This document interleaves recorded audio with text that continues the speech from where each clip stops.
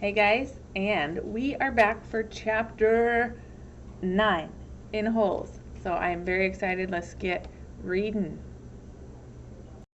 Chapter 9. Stanley stood in the shower and let the cold water pour over his hot and sore body. It was 4 minutes of heaven. For the second day in a row, he didn't use soap. He was too tired. There was no roof over the shower building, and the walls were raised up 6 inches off the ground, except for in the corners. There was no drain in the floor. The water ran out under the walls and evaporated quickly in the sun. He put on his set of clean orange clothes and returned to his tent. He put his dirty clothes in his crate and got out his pen and box of stationery and headed to the rec room. A sign on the door said, "Rec Room." Nearly everything in the room was broken. The TV, the pinball machine, the furniture. Even the people looked broken, with their worn-out bodies sprawled all over the various chairs and sofas. X-Ray and Armpit were playing pool. The surface of the pool table reminded Stanley of the surface of the lake.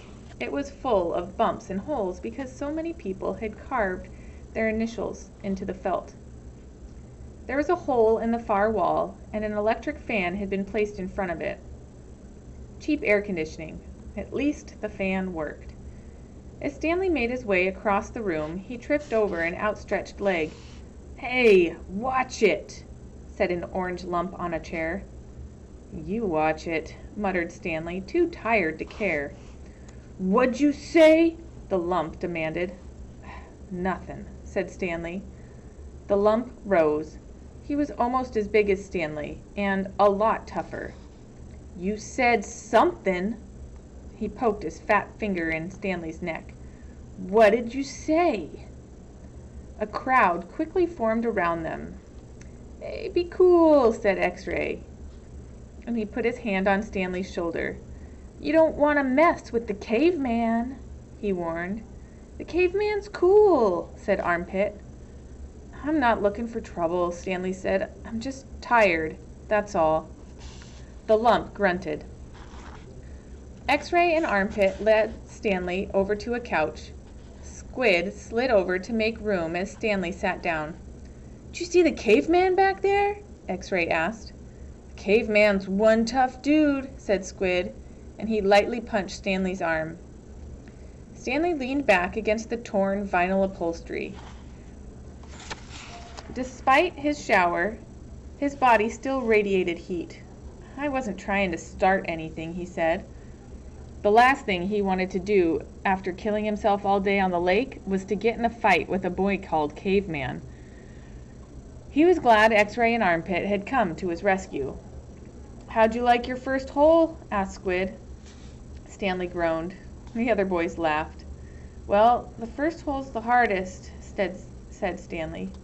"No way," said X-Ray. "The second hole's a lot harder. You're hurting before you even get started. If you think you're sore now, just wait and see how you feel tomorrow morning, right?" "That's right," said Squid. "Plus, the fun's gone," said X-Ray. "The fun?" asked Stanley. "Don't lie to me," said X-Ray. "I bet you always wanted to dig a big hole, right? Am I right?" Stanley had never really thought about it before, but he knew better than to tell X-Ray he wasn't right. "Every kid in the world wants to dig a big hole," said X-Ray. "To China, right?" "Right," said Stanley. "See what I mean?" said X-Ray. "That's what I'm saying. Now all the fun's gone, and you still got to do it again, and again, and again." "Camp fun and games," said Stanley. "What's in the box?" asked Squid. Stanley had forgotten that he had brought it in. Paper. I was going to write a letter to my mother." "Your mother?" laughed Squid. "She'll worry if I don't." Squid scowled. Stanley looked around the room. This was the one place in camp where the boys could enjoy themselves. And what'd they do? They wrecked it. The glass on the TV was smashed, as if someone had put his foot through it. Every table and chair seemed to be missing at least one leg. Everything leaned. He waited to write the letter until after Squid had gotten up and joined the game of pool. Dear Mom, today was my first day at camp, and I've already made some friends. We've been out on the lake all day, so I'm pretty tired. Once I pass the swimming test, I'll get to learn how to water ski. He stopped writing as he became aware that somebody was reading over his shoulder. He turned to see Zero, standing behind the couch. I don't want her to worry about me, he explained. Zero said nothing. He just stared at the letter with a serious, almost angry look on his face.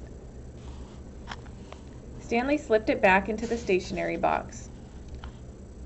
Did the shoes have red X's on the back? Zero asked him. It took Stanley a moment, but he realized Zero was asking about Clyde Livingston's shoes. Yes, they did, he said. He wondered how Zero knew that. Brand X was a popular brand of sneakers. Maybe Clyde Livingston made a commercial for them. Zero stared at him for a moment, and then, with the same intensity with which he had been staring at the letter. Stanley poked his finger through a hole in the vinyl couch and pulled out some of the stuffing. He wasn't aware of what he was doing. Come on, caveman, dinner! You coming, caveman? Asked Squid. Stanley looked around to see that Armpit and Squid were talking to him. Sure, he said, and he put the piece of stationery back in the box. He got up and followed the boys out to the tables. The lump wasn't the caveman. He was. He shrugged his left shoulder. It was better than barf bag. Alright, so now we know that Stanley has a nickname. And from now on, we get to know Stanley as the Caveman. Alright, we'll see you at Chapter 10, guys.